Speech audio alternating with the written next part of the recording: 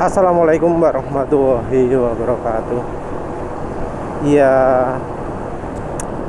sekarang ini orang jadi ngerasakan sendiri bahwa yang namanya kendaraan injeksi itu lebih sering rewel daripada kendaraan karbu.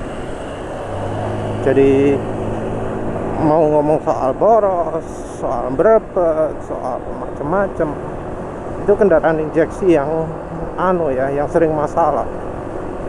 Padahal di kendaraan injeksi itu malah lebih ketat ya, karena di kendaraan injeksi itu ada filternya juga kecil, karena ono pompa, maka pori-pori bensin itu bisa pori-pori filter itu bisa dibuat lebih kecil, sesuatu yang enggak terjadi di motor karbu. Karena di motor karbu prinsipnya enggak pakai pompa, prinsipnya pakai daya gravitasi ya. Jadi bensin nyampe ke karbu itu berdasarkan gaya gravitasi ya. Sebenarnya berarti tekanannya kecil sekali ya kalau di karbu itu. Tapi ya memang di motor karbu bensin itu lebih tepatnya kesedot sama tekanan yang terjadi ketika mode hisap ya. Jadi ketika udara dihisap oleh mesin, nah di saat itulah bensinnya kena pure gitu ya, kena semprot. Modelnya kayak model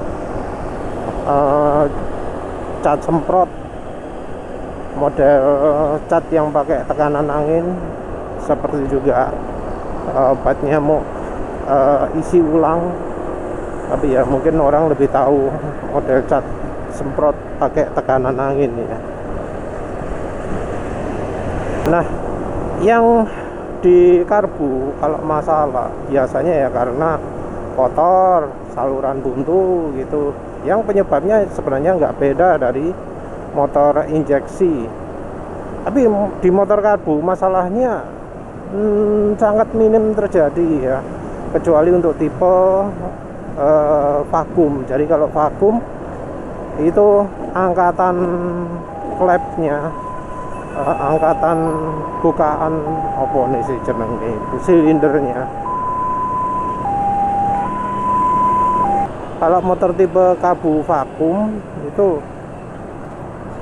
bagian pembukanya itu tidak langsung terhubung dengan throttle. Jadi throttle itu buka butterfly. Butterfly ini ya sayangnya modelnya garis yang bulatan, yang kalau nutup sempurna. Kalau throttle-nya mati itu nutup hampir sempurna. Bukaannya tergantung sama setelan idling, yang kalau terbuka lebar posisinya adalah horizontal.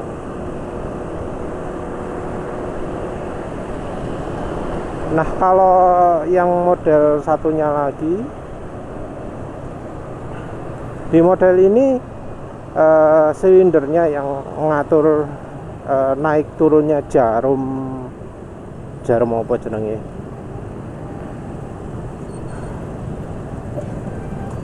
nah di model ini yang mengatur naik turunnya jarum semprotan itu adalah dari vakumnya. Jadi karena tekanan udaranya naik, maka klepnya ini akan bisa naik.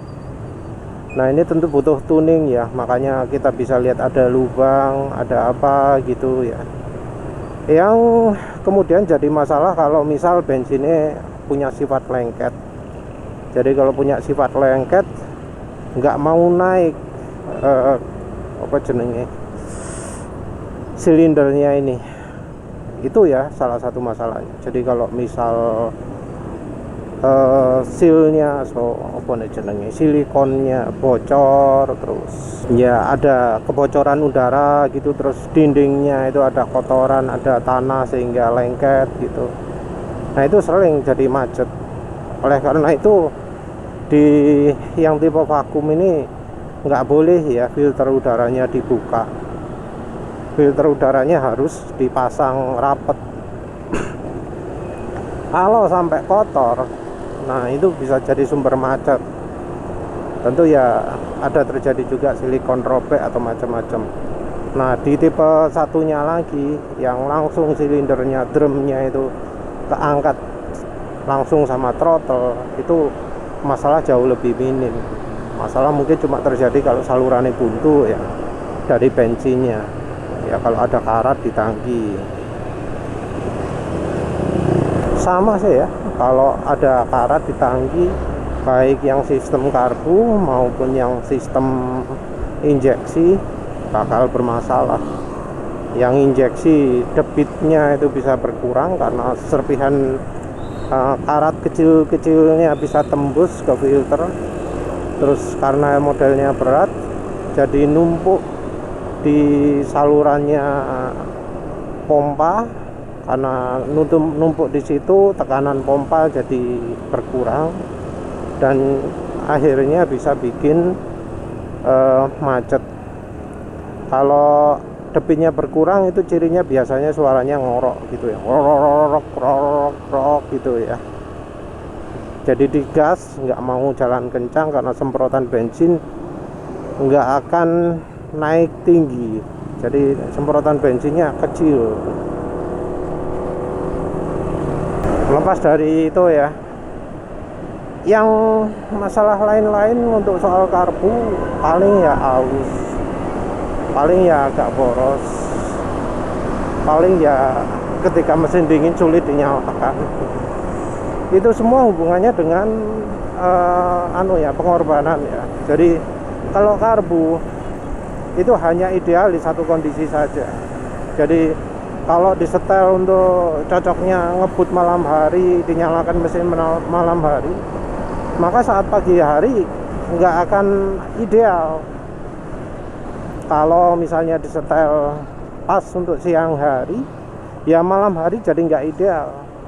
Nggak enaknya karbu seperti itu. Jadi kondisinya itu fix. Saat idling keluaran bahan bakar sekian, saat gas separuh sekian, gas kecil sekian, gas besar sekian, gaspol sekian gitu ya. Jadi debit bensinnya konstan, nggak ada adaptasi. Nah diinjeksi berkat bantuan sensor suhu, sensor tekanan, sensor oksigen, bisa adaptasi. Jadi ketika mesin dingin, pasokan bahan bakar bisa dibuat banyak. Mesin dingin, suhu dingin, kalau suhu dingin pasokan udara dibuat banyak juga ya kalau udara dingin. Jadi saat dingin pasokan udara dibuat banyak, pasokan bensin dibuat banyak. Saat panas dikurangi, saat panas sekali ditambahi. Jadi ada spesial gitu ya. Kandungan oksigen terlalu banyak, campuran bensin diperbanyak. Campuran tekanan udaranya banyak, bensin ditambahi, kalau nggak salah seperti itu ya. Nah tapi karena sangat bergantung pada sensor-sensor itu, kalau sensornya bermasalah, kalau sensornya bekerja menyimpang, maka ya ECU-nya akan mengasih perintah yang menyimpang juga. Jadi banyak masalah-masalah yang terjadi karena sensornya ini nggak bisa melaporkan kondisi dengan baik, nggak sesuai keadaan gitu ya. Jadi kalau sensornya yang nggak akurat, entah karena umur, entah karena problem, ya jadinya nggak akurat juga. Bahkan ya penulis pernah kaget ya, di mobil BMW ya, tipe M Hero, tipe M kan tipe sport ya. Itu mengalami masalah mesin hanya karena apa coba? Karena selangi loh, selangi wis melempem, selangi apa jadi bocor atau apalah, karena nggak bisa bekerja dengan sempurna. Jadi mobil sekelas BMW ternyata komponennya gak tahan umur ya, katanya itu umurnya cuma 6 tahun tapi terus masalah. Padahal ya orang-orang kita kalau pakai kendaraan ya sampai 20 tahun saya digai terus ya. Makanya karena komponennya lebih banyak, mesin injeksi itu jadi lebih sering bermasalah. Apalagi kemudian komponen-komponennya ini pakai komponen yang kualitas rendah. Dan karena banyaknya komponen ini sering terjadi salah diagnosa atau sulit didiagnosa. Sumbernya sing di, masalahnya nang di gitu. Beda dengan mesin karbu. Kalau karbu ya memang butuh keahlian juga ya. Tapi kalau orang sudah ahli, sudah paham kerjanya karburator, ada masalah dia bisa langsung menentukan, oh ini problemnya di sini, oh ini problemnya di sini gitu ya. Ngakalinnya cepat. Tapi kalau injeksi, karena ya komponennya banyak, orang ya harus meneliti satu-satu, ini sumbernya di mana. Kalau nggak nemu sumbernya ya kadang dia lakukan akal-akalan. Nah kalau dilakukan akal-akalan, yang terjadi adalah ya mesin jadi nggak sempurna. Jadi misalnya nyalanya sulit. Jadi misal kalau di kecepatan tinggi berebet, atau kurang tenaga, atau jadi boros. Karena kadang orang itu cuma berpikir sing penting mesinnya murup, sing penting iso mlaku. Daripada sebelumnya sama sekali nggak kepake, mending bisa jalan mesinnya, masih boros rapopo. Jadi itu ya problemnya. Orang itu sering apa ya, sering menganggap buruk mesin karbu karena dianggap oh pasti boros gitu ya. Padahal ya sama saja. Kalau kita menggunakan motor itu sampai umur 10 tahun, ya minim 5 tahun, dengan pemakaian tiap hari ya anggap aja 20 sampai 100 km, itu kita merasakan iritnya cuma di tahun pertama toh. Apalagi kalau makainya kenceng, makainya ngebut, kita bakal sulit menikmati iritnya itu. Jadi mungkin ya dalam kondisi baru nyis, motor injeksi itu lebih irit. Tapi kalau sudah setahun, apa tetap irit?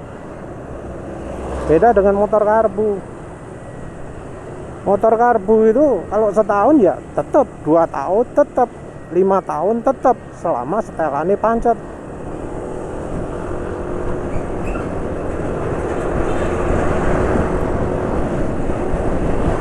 Jadi kalau motor karbu itu cuma tergantung setelan.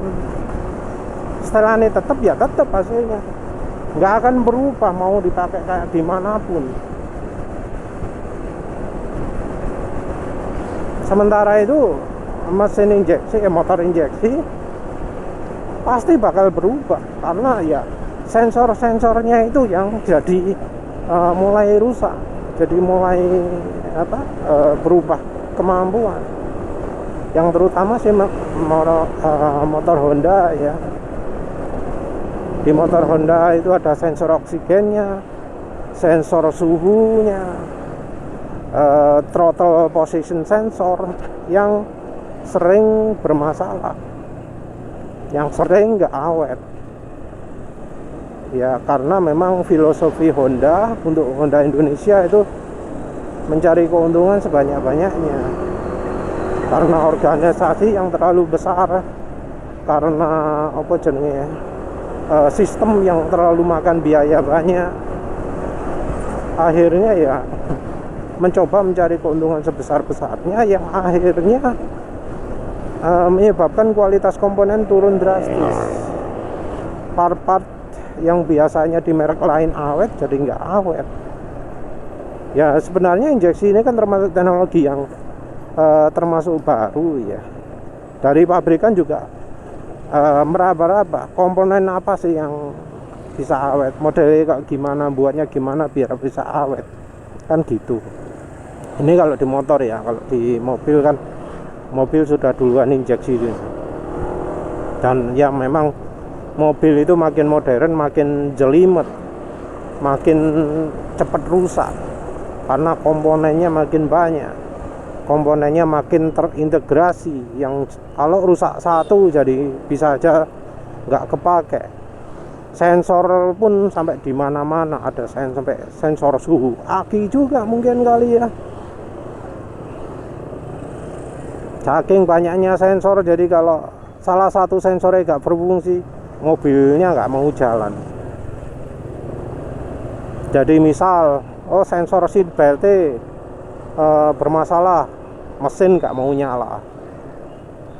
Oh sensor hujannya rusak, nggak mau jalan. Kan ada ya sampai cerita seperti itu. Padahal yang namanya mobil jalan, kena goncangan jalan, itu ya sensor ya, mau gimana lagi ya pasti nggak awet ya. Jadi ya kondisinya seperti itu.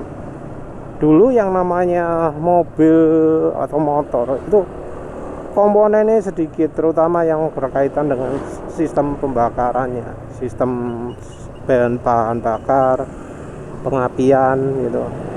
Sensornya sedikit, problem itu sedikit. Selain itu pasti jalan terus.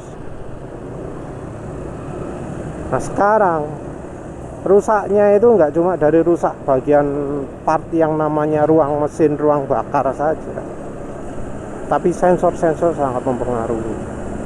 Ya mau nggak mau kita harus mengakui ya bahwa sekarang ini yang namanya motor itu rentan penyakit. Walau motor yang dianggap paling paling hebat, paling sip sekalipun, paling reliable sekalipun, tetap masalahnya jadi lebih banyak. Apalagi merek yang ya dari filosofi awalnya saja sudah berpikir bahwa motor itu yang penting jalan, komponen pakai yang paling murah. Nah, merek seperti itu ya bikin kalau pingin miara harus punya uang lebih ya, mulai dari harga belinya lebih mahal sampai harga perawatan yang bisa saja lebih mahal dari harga motornya. Ya wis itu saja, terima kasih sudah menonton. Assalamualaikum warahmatullahi wabarakatuh.